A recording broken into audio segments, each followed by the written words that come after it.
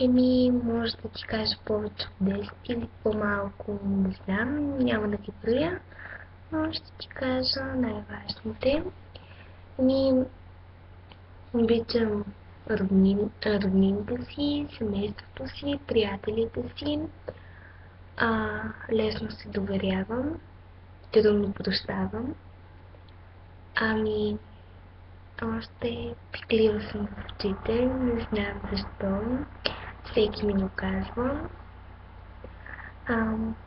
Когато някой ми каже нещо или ме обидаде, аз не му отвръща всичкото я в себе си.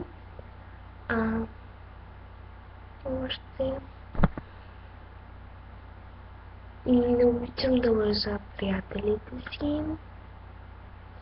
Мразя да ме лъжат хората, когато аз знам истината.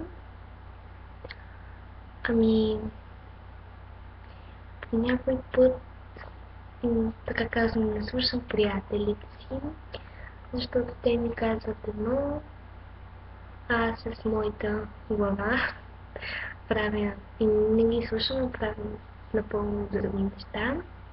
И накрая те се оказват прави. Не се влияе от чуждото мнение, защото не ме интересува много. Това честно казано повече не мога да се сетя.